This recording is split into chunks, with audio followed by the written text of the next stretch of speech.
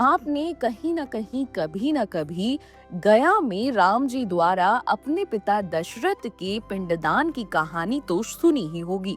लेकिन आज जो हम आपको कहानी सुनाने जा रहे हैं, वो है गया में सीता माता द्वारा पिंडदान की। जी हाँ, त्रेता युग का एक प्रसंग है, जब रावण का वध कर श्री राम, लक्ष्मण और माता सीता अयोध्या लौटे। तब उन्होंने अपने पिता महाराज दशरथ का पिंडदान करने का संकल्प लिया। शास्त्रों के अनुसार पितरों का मोक्ष कराने के लिए गया क्षेत्र सबसे श्रेष्ठ माना गया है।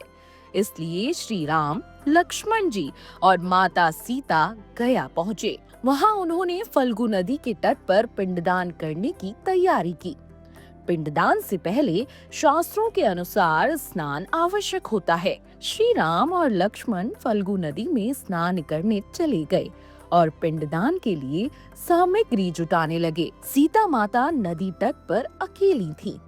उन्होंने सोचा कि श्रद्धा से किया गया कर्म ही श्रेष्ठ होता है।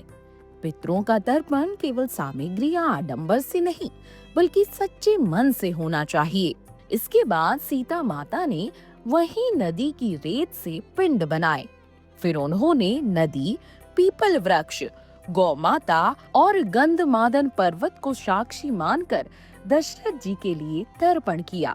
सीता माता ने भक्ति और अश्रुपूरित नेत्रों से कहा, पिताश्री, इस पिंडदान को स्वीकार कीजिए। आपको मोक्ष प्राप्त हो और हमारे कुल का कल्याण हो। उस समय वातावरण बड़ा पवित्र और गंभीर हो गया।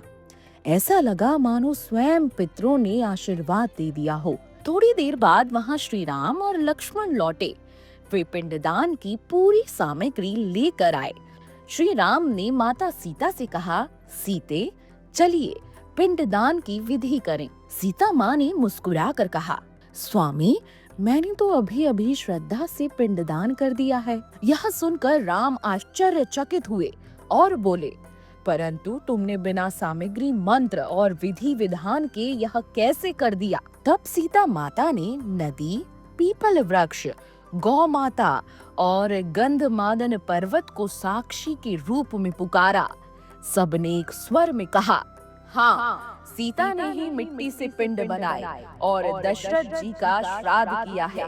हम सब ने अपनी आंखों से यह देखा है।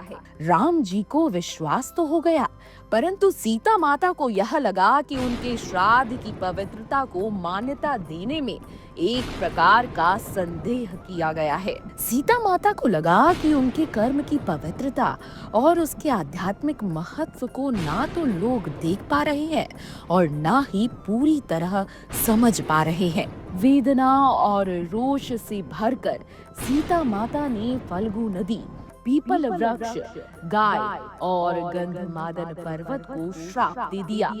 सीता माता ने कहा, फल्गु नदी, तूने साक्ष्य दिया है, पर भविष्य में तू जल रहित होकर केवल रेत से ढकी रहेगी। पीपल वृक्ष, तू भी साक्ष्य बना है। अब तेरी पूजा पुरुष नहीं करेंगे, केवल स्त्रियां ही तुझे पूजेंगी। गौ माता, तू भी गवाह बनी है।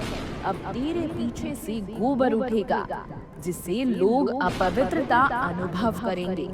गंधमादन पर्वत, तू भी गवाही में शामिल हुआ है। अब तेरे पत्थरों को लोग तोड़ तोड़ कर ले जाएंगे। सीता माता के उन वचनों का प्रभाव आज भी स्पष्ट दिखाई देता है।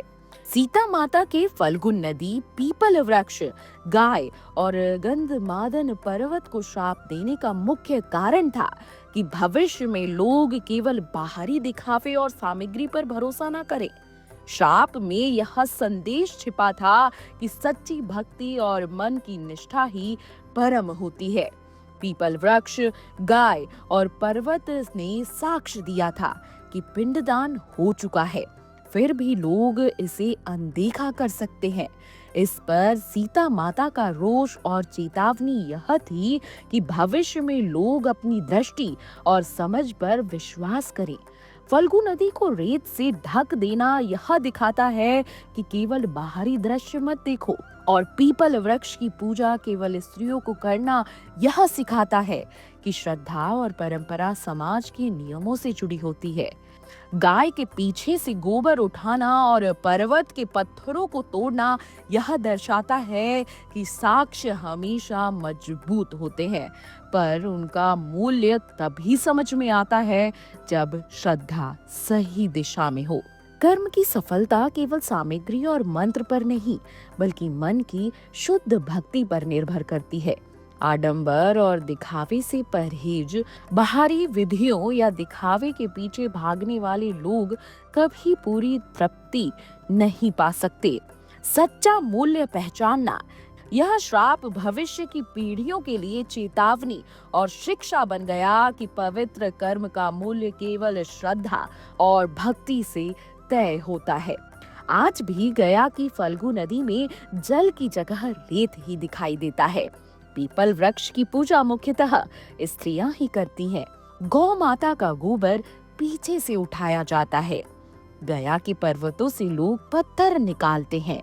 इस प्रकार सीता माँ की वाणी आज भी इस धरती पर सत्य सिद्ध होती है।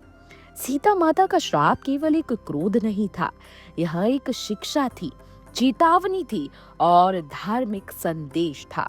इसका उपदेश था कि लोग सच्ची भक्ति और श्राद्ध को समझें, बाहरी दिखावे और सामग्री के पीछे न भागें।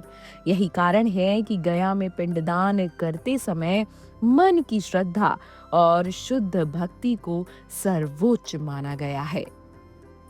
Video desk जीवांजलि.com।